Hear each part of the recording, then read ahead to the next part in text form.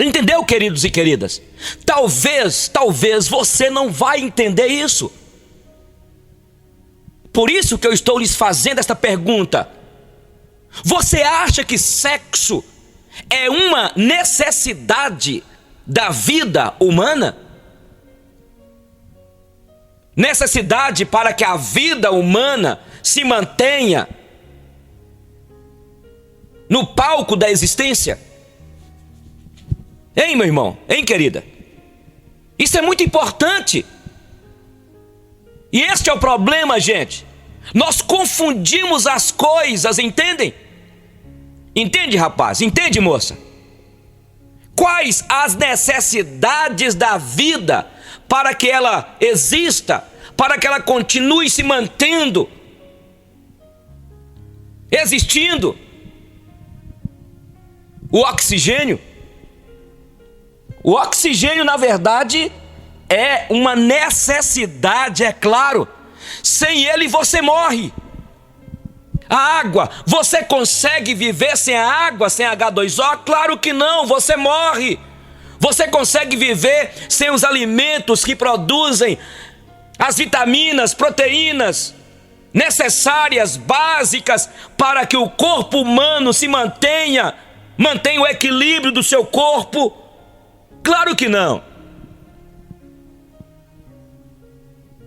Você consegue ficar sem fazer o xixi, sem o coco? Consegue? Hein? Então veja bem, se você ficar entupido, meu querido, vai ter de fazer lavagem, vai ter urgente de ir ao médico, algum órgão seu está impedindo o funcionamento normal, o seu metabolismo não está funcionando bem. Se os seus rins pararem, você morre. Se o seu fígado parar de funcionar, não cumprir o papel dele ou qualquer outro órgão, o coração, o pâncreas, você morre. Então, estas são as necessidades para se viver. Agora veja bem, sexo não é uma necessidade básica para manter a vida. E os assexuados, como ficam? Então, na minha visão, e eu estou colocando isso para você desde o início, sexo, presta atenção, sexo é um privilégio que alguns desfrutam dentro de um padrão pré-estabelecido por Deus. Não, você não entendeu. Você está entendendo? Você entendeu? Sexo não é uma necessidade básica para manter a vida. E os assexuados como ficam? Sexo é um privilégio que alguns desfrutam dentro de um padrão estabelecido por Deus. É bênção? Maravilha! Sexo é uma coisa maravilhosa, ó, que coisa tremenda. Agora eu estou falando com você, meu irmão, meu jovem. Viu, filha? Eu estou falando com você que é nascido de novo. Eu não estou falando com pessoas que não nasceram de novo ainda. Eu estou falando para aqueles que nasceram de novo, que foram regenerados pelo Espírito Santo de Deus, que já recebeu a semente incorruptível. Senão eu estaria aqui falando, entra no seu ouvido e sai lá no dedão do pé, na unha do pé. Por isso que a Bíblia diz que as minhas ovelhas ouvem a minha voz. Por isso que a Bíblia diz aqui, em 1 Coríntios capítulo 2, que o homem natural não compreende as coisas do Espírito de Deus. Por quê? Porque eles são loucuras, gente. Não pode depreendê-las, porque são loucuras. Por que a maioria dos jovens hoje, colega seu de trabalho, aquela menina daquela faculdade lá, colega, vão para um motel, vão transar? Hein? Por quê? Até que antigamente não tinha isso, ainda havia né? A pessoa era criada dentro de um lar religioso, da religião lá dele. Mas aí o mundo virou de cabeça para baixo. e viver nessa plataforma que eu estou lhes colocando aqui, que eu estou compartilhando com você, é só mesmo aqueles que já tiveram um encontro com Cristo, já nasceram de novo. Então seu colega de trabalho lá, aquela menina, ela não entende isso, porque ela continua igual você, igual eu antigamente. Como diz aqui a Bíblia em Efésios capítulo 2, nós estávamos mortos nos nossos delitos e pecados, é ou não é? Antigamente, nós fazíamos a vontade da carne, éramos por natureza filhos da desobediência. Por isso que essa palavra é para menina, para rapaz, para você que é povo de Deus, gente de Deus. E é por isso que eu estou lhes dizendo que sexo não é uma necessidade da vida para viver. É um privilégio. E Deus estabeleceu, está aqui desde Gênesis. Deixa o homem, seu pai e a sua mãe, unir-se à sua esposa, e serão os dois uma só carne. E para celebrar esta união, e para celebrar esse projeto, Deus nos deu a graça, o privilégio do sexo. Entende? Na minha visão, sexo é um privilégio. E para quem é casado, sexo é a celebração de uma aliança, de um pacto feito um com o outro, diante de Deus, entendendo que Deus teve um plano na minha vida e Giselda para que casássemos, e como essa união, Ele nos deu a bênção de ter 2 filhas. Alguém aqui está entendendo o que eu estou falando, gente? A ovelha de Deus neste momento me ouvindo, a ovelha de Deus neste momento aqui que me ouvindo, me entendendo, as minhas ovelhas ouvem a minha voz. Eu não estou falando ovelhas minhas não, ovelhas do pastor, do bispo das nossas almas, Jesus Cristo. Entendeu? Olha para você ver, querido, Deus estabeleceu um padrão, e este é o problema, presta atenção. Este é o problema daqueles que dizem: o que que tem? Nós nos amamos, fazer sexo antes do casamento.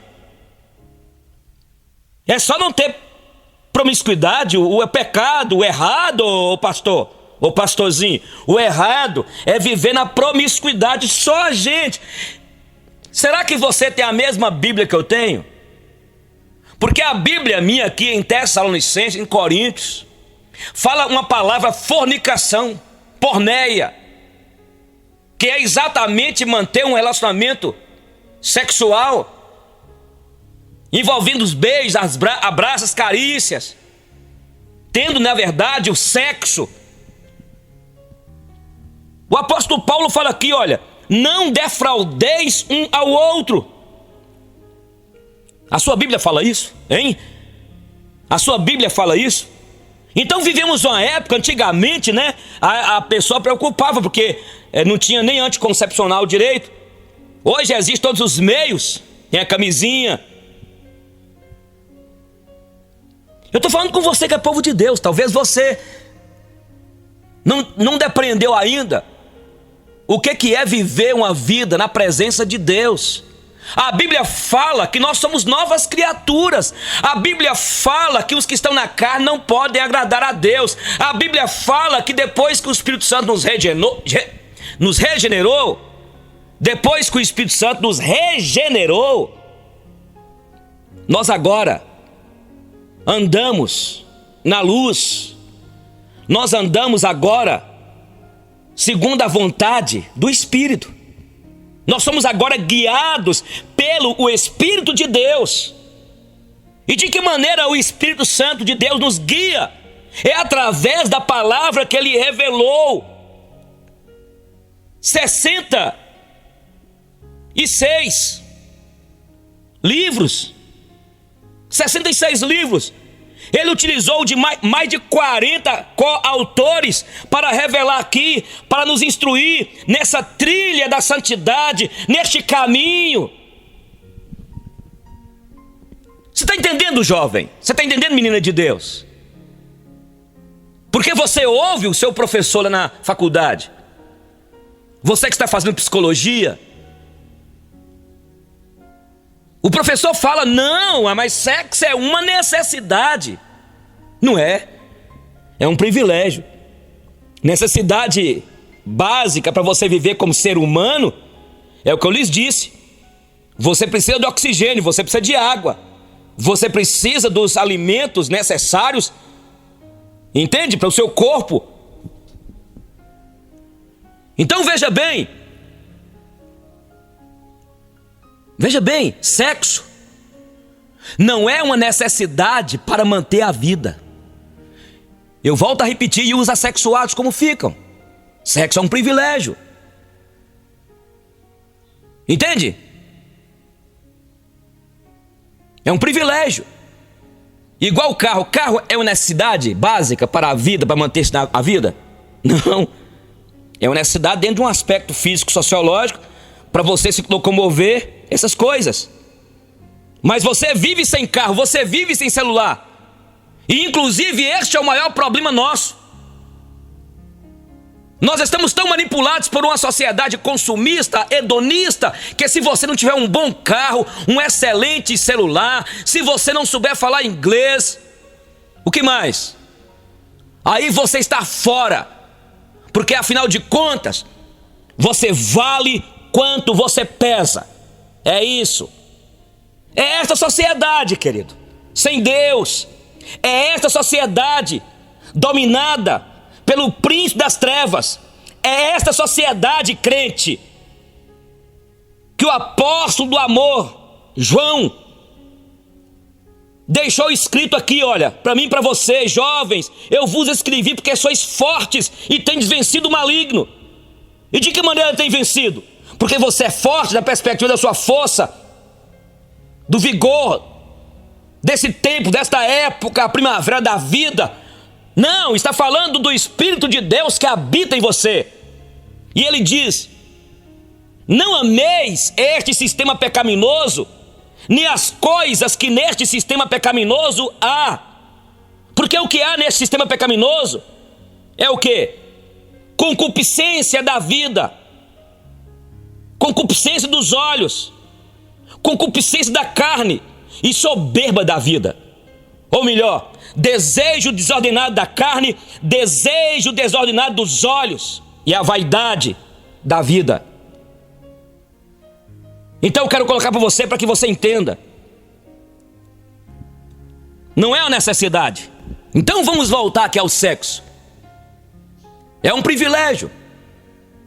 Por isso que está aí toda esta bagunça na sua mente, não é? Porque você fica obcecado, obcecada. Está debaixo de um jugo colocado por aqueles que não conhecem, não temem a Deus, não conhecem a palavra de Deus. E dizem, você precisa transar. Porque você fica obcecado, obcecada.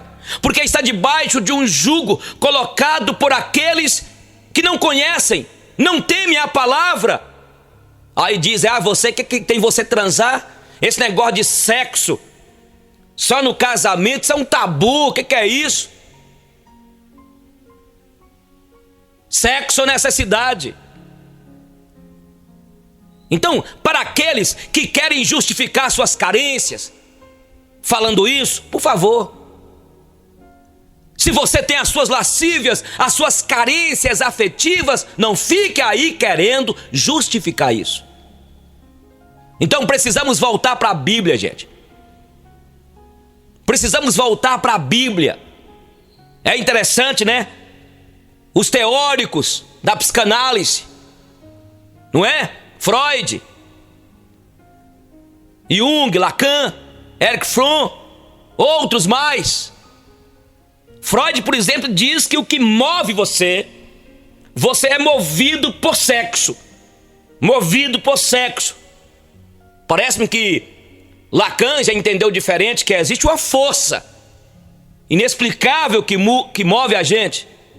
Antes de Freud existir, antes de Jung existir, de Lacan existir, de qualquer teórico que propôs as teorias da personalidade humana dentro dessa área da psique humana, antes deles existirem e exporem as suas teorias, já existia um homem, gente. Está aqui, olha, em Atos capítulo 17, o apóstolo Paulo, um catedrático, um poliglota, um homem que conhecia toda a cultura greco-romana, o Espírito Santo de Deus o inspirou para escrever o que está aqui, olha. Quando ele diz aqui em Atos 17, que foi Deus que fez os céus, a terra, o mundo e tudo que nele existe, e fez a raça humana, fez o homem, soprou no homem o fôlego de vida. E ele fala aqui, olha, aquilo que os profetas, os poetas em vosso meio diz, é Ele, é Deus que nos faz mover e existir. Tudo para Freud era sexo. O homem movido por causa de sexo. Mas Freud não conhecia a Bíblia, ou talvez até leu a Bíblia, mas não foi iluminado pelo Espírito Santo de Deus para entender o que nos move, o que nos faz mover é o Espírito de Deus, é um Deus que nos criou e soprou em nós o fôlego de vida. Entendeu o que eu estou falando com vocês? É isso. Eles querem justificar suas carências falando sobre isso, que você tem de transar, que você tem de fazer sexo. Não é evitar apenas a questão da promiscuidade, mas foi um padrão estabelecido por Deus. Então precisamos voltar à Bíblia, entendeu, meu jovem? Menina, você precisa voltar à Bíblia. Jesus venceu a carne. No deserto, Jesus foi tentado por Satanás. E Satanás o desafiou dizendo, olha, manda que estas pedras se transformem em pães. Jesus estava com fome, a necessidade de comer, ele estava faminto, ele precisava de comer um pão, naquela tentação no deserto. E Satanás o tentou dizendo, transforma essas pedras em pães, para que tu comas. E sabe o que Jesus disse? Nem só de pão vive o homem, mas de toda palavra que procede da boca do Pai. Não sei se você entendeu a profundidade do que Jesus estava dizendo aqui. Sabe o que Jesus quis dizer? Para fazer a vontade do Pai, ainda que eu tenha de me sacrificar a minha própria vida, abstendo-se daquilo que é necessário para o meu corpo, que é necessidade do meu corpo, para ele se manter vivo. E eu faço, porque é melhor perder esta vida e ganhar aquela que é eterna. Não sei se você entendeu. O diabo tocou na necessidade básica para se viver. E haverá momentos, meu irmão, na sua vida, meu irmão, minha irmã, que ainda que você tenha que morrer para não negar a Cristo, terá de fazê-lo. É aquilo que está registrado aqui em Apocalipse. Ser fiel até a morte, ser fiel até a morte, ainda que eu perca o meu emprego, ainda que eu perca privilégios, ainda que eu perca o namoro, ainda que eu tenha de me sustentar, eu vou fazer a vontade do Pai. O que me mantém é a palavra que sai da boca de Deus, é a palavra que sai da boca de Deus. Por isso aqui, olha, a palavra de Deus, esse maná, é ela que nos sustenta. Sexo não é uma necessidade, sexo é um privilégio.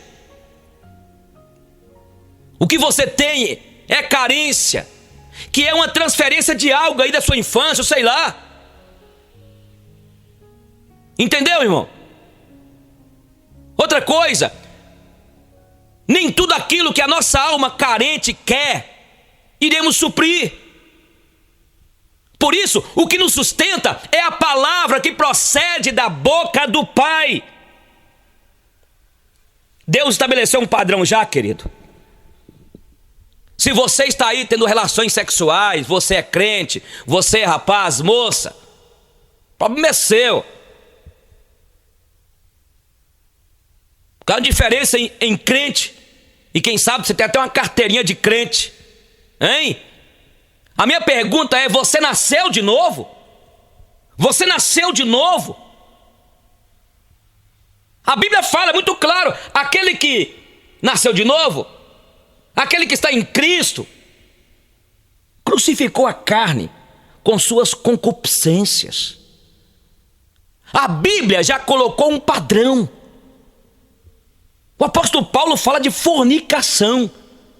Se você não está conseguindo se controlar, isso é uma questão pessoal sua, uma questão sexual sua, uma questão que você vai resolver com o teu Deus, se é que você já tem Deus, se é que você nasceu de novo. Mas não venha para cá querer justificar as suas práticas, as suas euforias descomprometidas nessa área,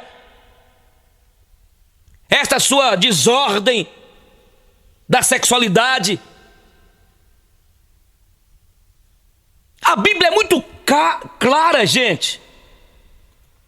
Quer desfrutar do sexo? Então, você tem aí a sua oportunidade de decidir, de procurar alguém para que você faça com ela ou com ele uma aliança, de viverem juntos. Ora a Deus para que Deus dê sabedoria para que você possa fazer uma escolha, porque casamento é um só, é você viver com a pessoa até que a morte separe. Ora a Deus. Aí você vai poder desfrutar. É um privilégio. É um privilégio, não é uma necessidade. Ah, porque eu preciso, é uma necessidade, pastor. Uma necessidade de beijar. Vai para lá, carnal. Vem para cá justificar suas carências. Eu sei que é difícil, jovem. Ei, menina, eu sei que é difícil. Viu, cara? Sei que é difícil, eu vivi isso, poxa. E a masturbação, pastor? E a masturbação? Eu sempre tenho dito, você consegue masturbar pensando num trator de esteira? Você consegue? Ai, trator de esteira, você consegue? Você consegue masturbar, minha filha? Hein? Pensando na lua, lua, com pouco até consegue. Jesus fala que aquele que olhar para a mulher com intenção impura já adulterou com ela. A ideia aqui é o pensamento, os maus pensamentos. O apóstolo Paulo fala dos frutos da carne. Fala. Você consegue? Ah, pastor, mas eu sou casada, minha mulher viajou, pastor, sabe, eu estou carente e eu peguei e masturbei pensando nela. Aí é outra questão, filho. O meu marido viajou, pastor, então eu estava carente, eu peguei e masturbei, pensando foi nele. Porque se você pensar no outro cara, no irmão da igreja, hein? Pensar no seu pastor lá, você está pecando, Mas você pode ver, quando você pratica masturbação, você fica angustiado. Você fica angustiado. Nós vivemos num mundo erotizado, é ou não é? Mundo erotizado. Tem um livro que eu citei para vocês comprarem. Como viver bem com os impulsos sexuais. Como viver bem com Deus e com os meus impulsos sexuais. David Hunt, parece. Livro tremendo, mudou a minha vida. Serviu na minha caminhada quando eu era solteiro, quando eu converti. Agora, nós estamos debaixo de uma graça. Não quero colocar aqui um jugo sobre você, mas eu quero dizer para você, meu irmão, para que você entenda, sexo não é uma necessidade, sexo é um privilégio. E se você quiser desfrutar, meu querido, está o padrão aqui, olha. Começa em Gênesis. Você crê na Bíblia? Eu estou pregando para quem crê na Bíblia. Deixa o homem, seu pai e sua mãe, unir-se a sua esposa, e serão os dois uma só carne. Está aqui na Bíblia. A Bíblia é muito clara. Ah, o que tem que fazer? Nós nos amamos. Nós gostamos um do outro. Esse é o problema. O problema é esse. É a carne. É o hedonismo. Vivemos numa sociedade hedonista, na busca do prazer. É assim ou não é? Vamos ser sinceros. Vamos nos curvar diante de Deus e dizer: Senhor, nós não estamos conseguindo. Nós necessitamos do Senhor, Espírito Santo, para andar em santidade, na tua presença. Mas não adianta, queridos. Não tem como correr, não. Não tem como querer liberar, não. Há uma palavra que foi deixada para nós. Eis aqui o manual por excelência. Como que eu e você iremos viver neste mundo, fazendo a vontade do Pai. Nem tudo aquilo que a nossa alma deseja, nem tudo aquilo que nós temos necessidade da vida, iremos ter. O sexo é uma necessidade, pode ser até uma necessidade da alma desordenada, da alma que não tem Deus ainda. E é uma necessidade da alma, ou melhor, é uma necessidade da alma. É. Mas a alma talvez não teve ainda você um encontro com o Cristo da cruz. Deu para você entender, meu irmão? Porque senão, nós estamos vendo hoje o liberalismo dentro da igreja. Nós estamos vendo hoje, os nossos jovens estão promiscuindo. Cada dia. Anda em santidade diante do Senhor. Os que estão na carne não podem agradar a Deus. A igreja de Coríntios, quando Paulo escreveu, os crentes estavam na carne. Quer continuar nessa vida derrotada, meu jovem? Quer continuar, minha filha? Eu sei que é difícil, gente. Estou pregando isso aqui, olha. É difícil. Todos nós temos os nossos bloqueios, as nossas necessidades. Mas nós não podemos justificar as nossas carências, as nossas necessidades, fazendo uma teoria teológica e desmerecendo a palavra de Deus. Deus deixou revelado aqui como nós devemos viver como povo dele, como que o casal deve comportar, como o jovem deve comportar. Salmo 119, o salmista diz: guardei a tua palavra em meu coração para não pecar contra ti. De que maneira poderá o jovem manter puro o seu caminho? É observando aqui a palavra do Senhor. É observando. Está aqui, querido. O problema é que nós deixamos levar pelas lascívias. É um mundo erotizado. Você liga a internet, lá está uma mulher despida. Você vai assistir um programa, está lá, tudo sexo, tudo sexo. Tudo. Eu lhes falei que Dr. Francis Schaeffer, há mais de 30 anos, já havia profetizado em um dos seus livros que a maior perseguição contra a igreja seria nessa área moral. Quantos nossos jovens se curvando, quantos casais. E eu peço misericórdia a Deus, porque eu sou sensível, para que Deus me dê força, me dê graça, apesar de casado. Mas eu sofro bombardeio de lá e de cá, o tempo todo, o dia todo, todo momento. Eu, minha esposa, você, amado, e somente a graça. E nós precisamos de olhar firmemente para o autor e consumador da nossa fé, Jesus Cristo, que nos chamou, que nos transformou, que nos comprou pelo preço de sangue. Alguém está entendendo o que eu estou falando? Eu quero concluir e dizer o seguinte: sexo não é uma necessidade. Sexo é um privilégio. E você pode usufruí-lo num compromisso de casamento. É assim, querido. Você pode não aceitar, você pode ficar com raiva, você pode achar pesado. Você pode achar que é difícil, mas é isso. Nós não podemos mudar o que foi estabelecido, é o projeto de Deus. É o projeto de Deus. O resto, gente, é essa sociedade doida aí, ó, desorganizada, essa balbúrdia que está aí. Porque o homem desistiu de Deus. Então você está aí, jovem. Lembre-se, A Bíblia inicia dizendo: no princípio criou Deus os céus e a terra. Coloque Deus no princípio dos seus estudos, no início do seu relacionamento. Coloque Deus no início de tudo aquilo que você for fazer. E se você colocar o Deus que tem um controle de tudo, Ele vai endireitando. Com a sua palavra de ordem, Ele foi dando forma à terra.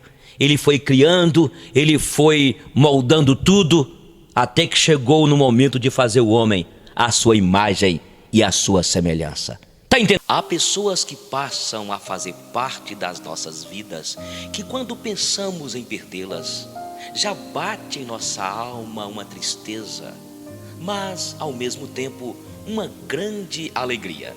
Tristeza porque o nosso desejo é que elas deveriam ficar sempre ao nosso lado, perpetuamente.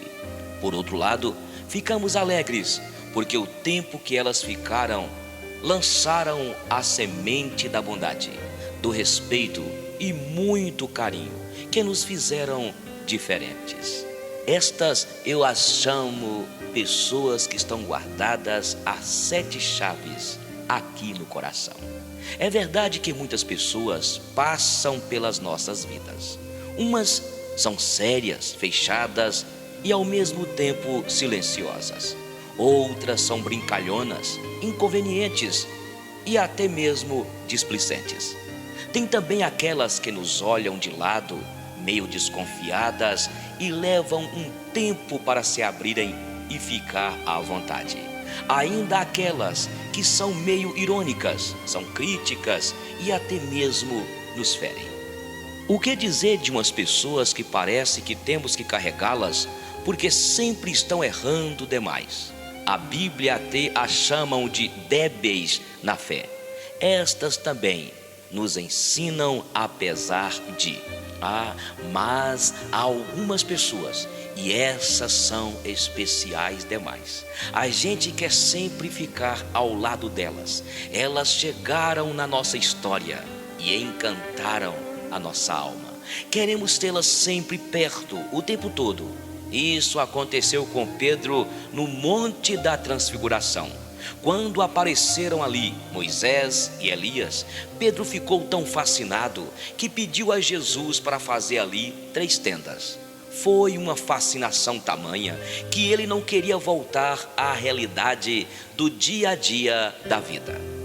É assim que acontece com este tipo de pessoas. Elas são agradáveis, elas nos cativam simplesmente porque elas são assim e não há explicação. Quanto às pessoas que estão passando pela tua vida hoje, aproveite, elas chegaram para te fazer crescer. Saiba conviver com cada uma delas.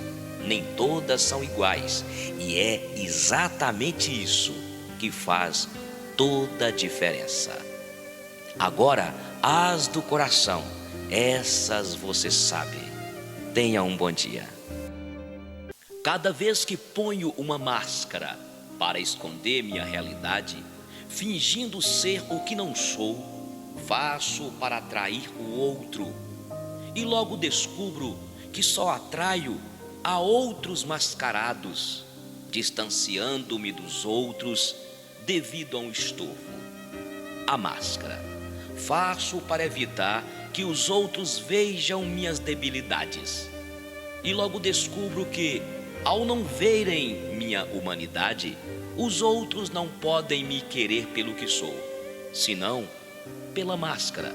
Faço para preservar minhas amizades e logo descubro que, quando perco um amigo por ter sido autêntico, realmente não era meu amigo, e sim da máscara. Faço para evitar ofender alguém e ser diplomático, e logo descubro que aquilo que mais ofende as pessoas, das quais quero ser mais íntimo, é a máscara. Faço convencido de que é o melhor que posso fazer para ser amado, e logo descubro o triste paradoxo. O que mais desejo obter com minhas máscaras é precisamente o que não consigo com elas.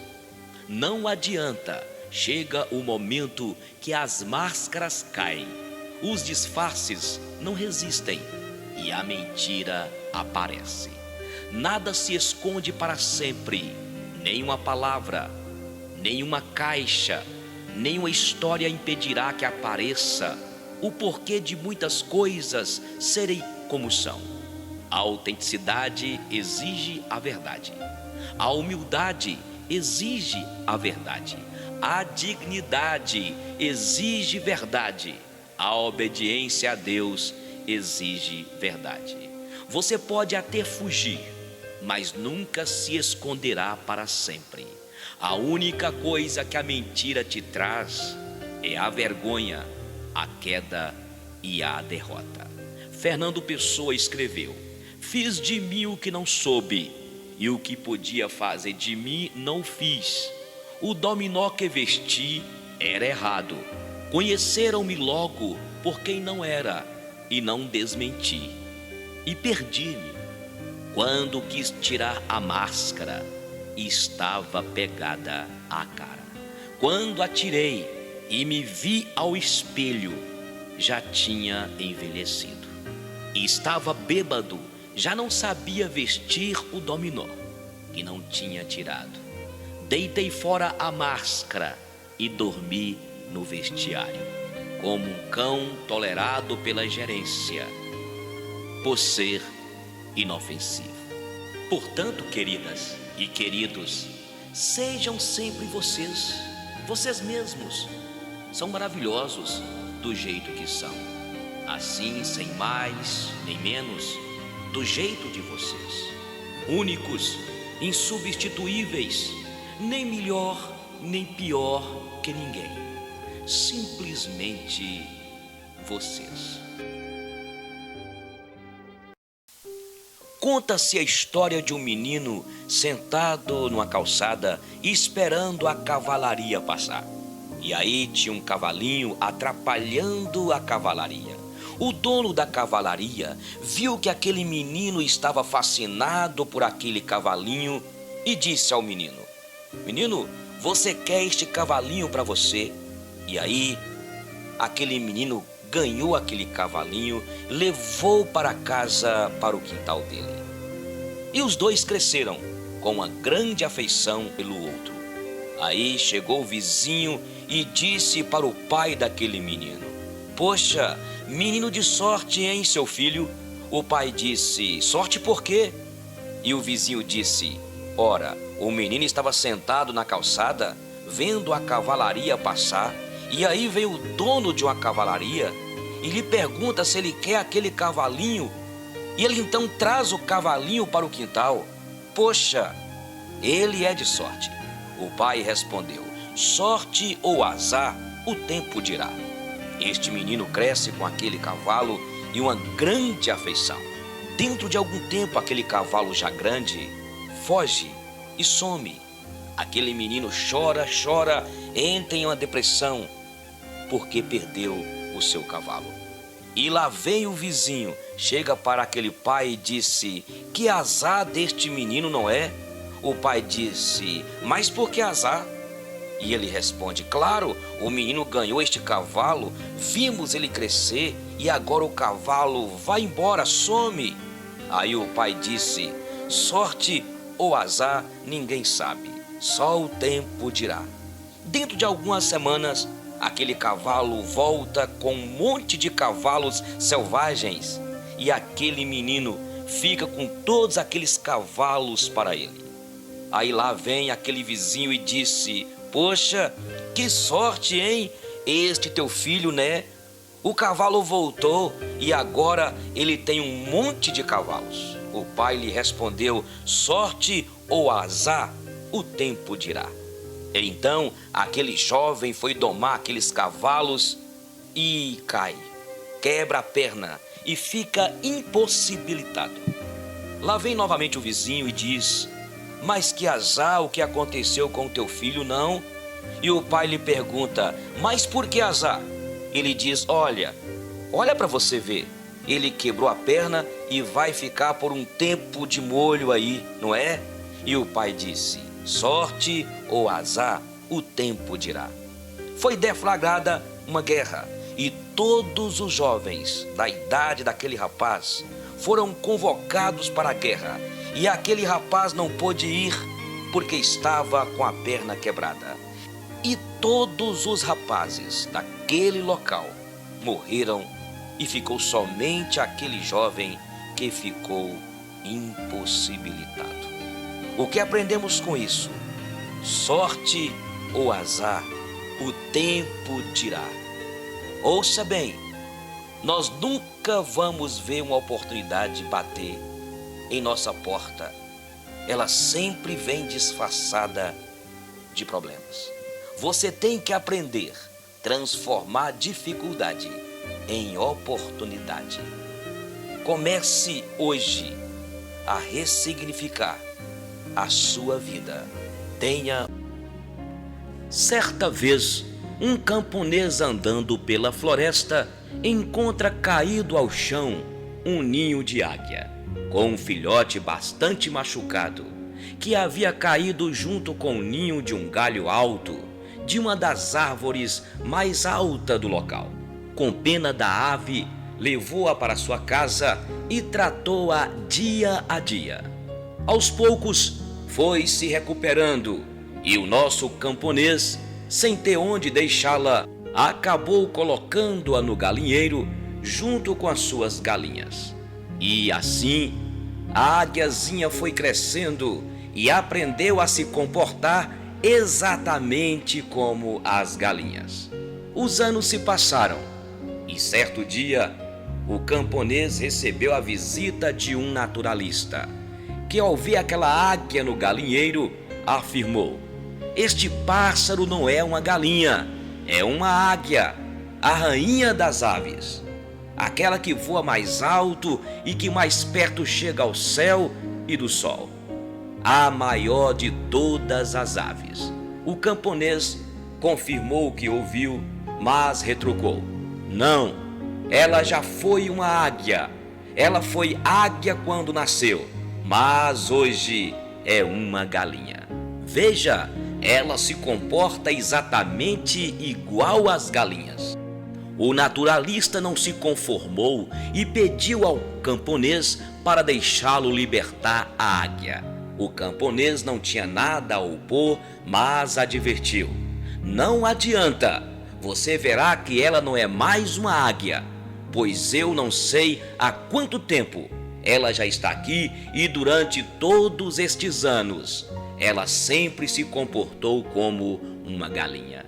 O naturalista pegou a águia e disse: "Você sempre foi, é e sempre será uma águia. Você nasceu para voar muito alto, para ser a maior de todas as aves, a mais poderosa." A águia olhou para baixo, viu as galinhas e pulou para o chão. Ficou entre elas. O camponês comentou: "Não lhe disse? Ela perdeu o espírito de águia e agora é uma simples galinha." O naturalista não se conformou e retrucou: "Não, a natureza dela não é essa. Amanhã vamos levá-la para o alto da montanha, a montanha mais alta. Lá ela verá o sol e voará como a águia que é." E assim fizeram. No dia seguinte levaram a águia até o alto da montanha mais alta e o naturalista repetiu: "Vamos, você é uma águia, uma das mais belas criações de Deus. Você foi feita para vencer. Não pode continuar agindo como uma simples galinha. Voe, voe. Observe o céu e o sol. Eles são os seus objetivos e não a terra, o chão de um galinheiro." A princípio, a águia, de forma muito medrosa, procurou as galinhas, mas como não as encontrou por perto, passou nervosamente a bater as suas enormes asas, com quase 3 metros de envergadura. Aos poucos foi criando coragem e depois de algumas tentativas frustradas e de muito medo, conseguiu alçar pequenos voos. Mais um pouco e ela se sentiu com a coragem necessária para voar em direção ao sol e ao céu. E lá foi ela, galhardamente, realizar o seu projeto de vida para a qual havia sido criada. Nós, seres humanos, também viemos ao mundo para realizar todos os nossos projetos e sonhos. Ao longo da vida, contudo, alguns perdem essa coragem e desistem de buscar sua própria realização, desfigurando-se completamente. Acomodam-se e se deixam levar pelos obstáculos e dificuldades que a vida apresenta. Não conseguem reter o espírito de luta que faz de alguns os grandes vencedores, mas que nasceu com todos nós. A águia é uma ave de rapina, e nisto ela é exatamente o oposto do que temos de ser ao longo da nossa vida e da nossa profissão, porque não nascemos para viver de expedientes de rapina, mas sim da nossa maravilhosa capacidade de construir sempre um mundo melhor para todos, sejam eles nossos familiares, clientes ou empresas, pois ao produzir, seja o que for, estamos melhorando a vida de todas as pessoas. Mas, assim como a águia, viemos ao mundo para realizar grandes e bonitos voos ao longo da vida, transformar os nossos sonhos em realidade e vencer, voar, vencer em direção ao céu dos nossos sonhos e ao sol das nossas realizações.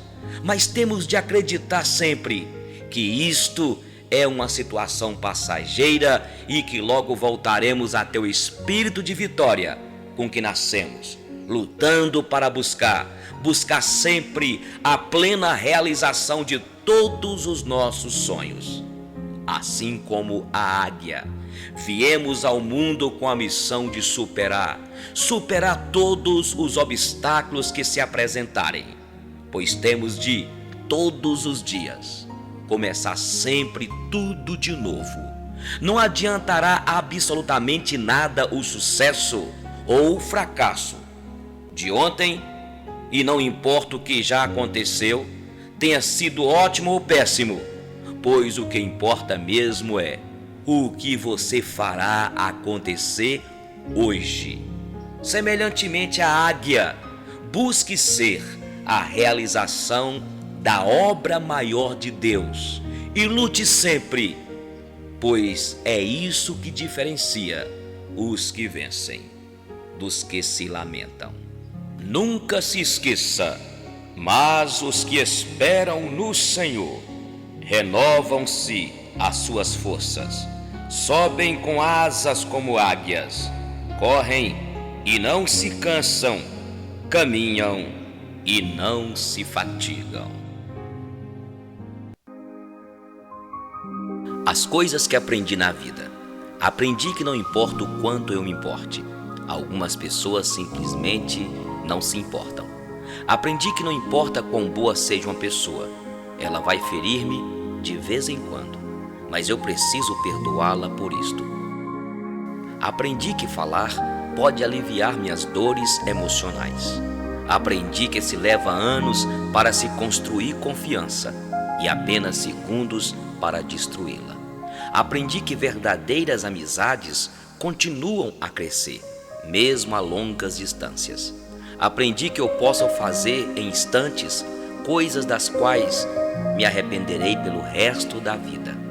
Aprendi que o que importa não é o que eu tenho na vida, mas quem eu tenho na vida. Aprendi que os membros da minha família são amigos que não me permitiram escolher. Aprendi que não tenho que mudar de amigos, e sim compreender que os amigos mudam. Aprendi que as pessoas com quem eu mais me importava na vida me foram tomadas muito depressa. Aprendi que devo deixar sempre as pessoas que amo com palavras amorosas, pois pode ser a última vez que as vejo.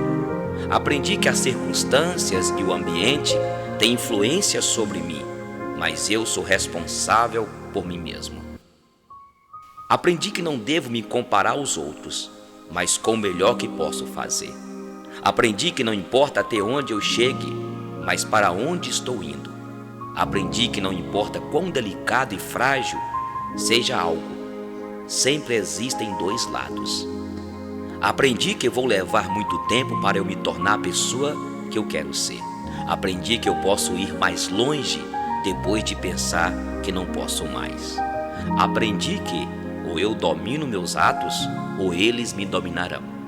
Aprendi que heróis são pessoas que fizeram o que era necessário, enfrentando as suas consequências. Aprendi que ter paciência requer muita prática. Aprendi que existem pessoas que me amam, mas simplesmente não sabem como demonstrar isso. Aprendi que meu melhor amigo e eu podemos fazer muitas coisas ou nada e termos bons momentos juntos. Aprendi que a pessoa que eu espero que me pise quando eu estiver caído é uma das poucas que me ajudarão a levantar. Aprendi que há mais dos meus pais em mim do que eu supunha. Aprendi que quando estou com raiva, tenho o direito de estar com raiva, mas isto não me dá o direito de ser cruel.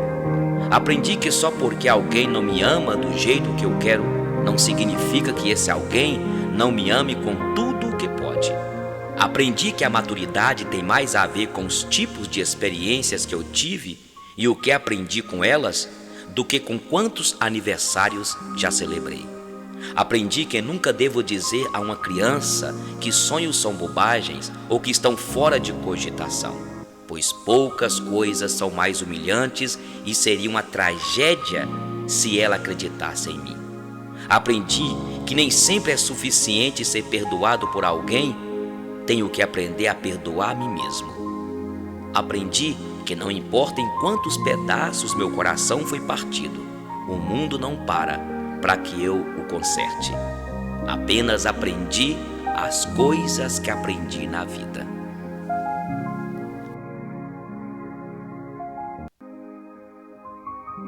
As coisas que aprendi na vida. Aprendi que não importa o quanto eu me importe. Algumas pessoas simplesmente não se importam. Aprendi que não importa quão boa seja uma pessoa, ela vai ferir-me de vez em quando, mas eu preciso perdoá-la por isto. Aprendi que falar pode aliviar minhas dores emocionais. Aprendi que se leva anos para se construir confiança e apenas segundos para destruí-la. Aprendi que verdadeiras amizades continuam a crescer, mesmo a longas distâncias. Aprendi que eu posso fazer em instantes coisas das quais me arrependerei pelo resto da vida. Aprendi que o que importa não é o que eu tenho na vida, mas quem eu tenho na vida. Aprendi que os membros da minha família são amigos que não me permitiram escolher. Aprendi que não tenho que mudar de amigos, e sim compreender que os amigos mudam.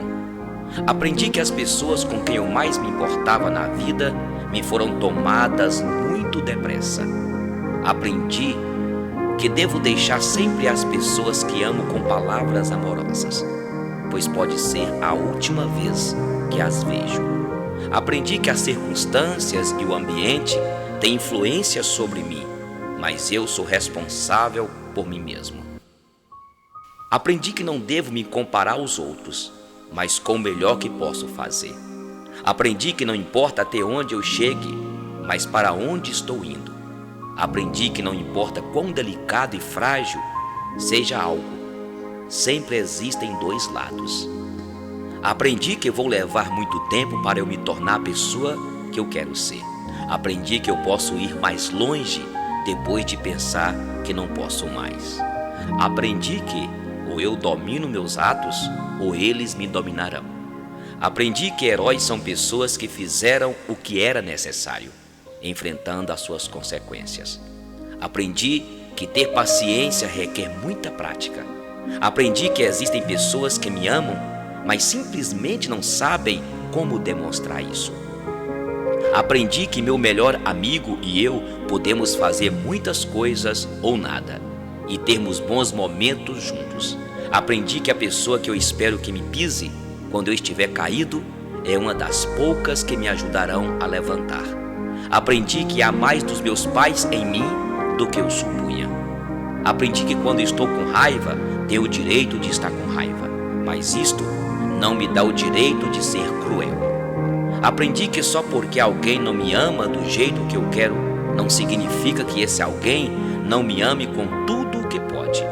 Aprendi que a maturidade tem mais a ver com os tipos de experiências que eu tive e o que aprendi com elas do que com quantos aniversários já celebrei. Aprendi que nunca devo dizer a uma criança que sonhos são bobagens ou que estão fora de cogitação, pois poucas coisas são mais humilhantes e seria uma tragédia se ela acreditasse em mim. Aprendi que nem sempre é suficiente ser perdoado por alguém, tenho que aprender a perdoar a mim mesmo. Aprendi que não importa em quantos pedaços meu coração foi partido, o mundo não para que eu o conserte. Apenas aprendi as coisas que aprendi na vida.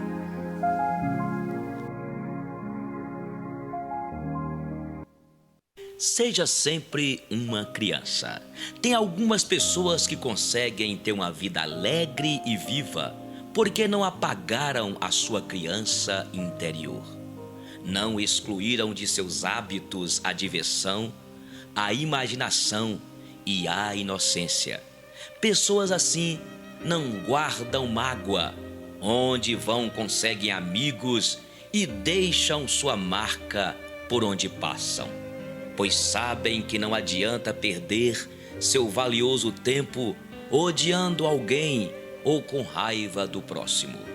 Sabem que possuem pouco tempo para viver e não desperdiçaram com coisas tão inúteis. Por isso, pare um pouco, olhe para os céus e veja que Deus pintou um cenário diferente neste parque da existência para divertirmos e vivermos sempre o encanto de ser criança. Celebre este dia com toda a intensidade, apesar dos percalços, perdas e suas limitações. Viva, sorria, brinde, enfim, não deixe que sua vida passe sem você ter sentido em seu peito a felicidade e o amor. Jesus o Cristo disse: aquele que não voltar a ser criança não pode entrar no reino dos céus. Tenha um bom dia.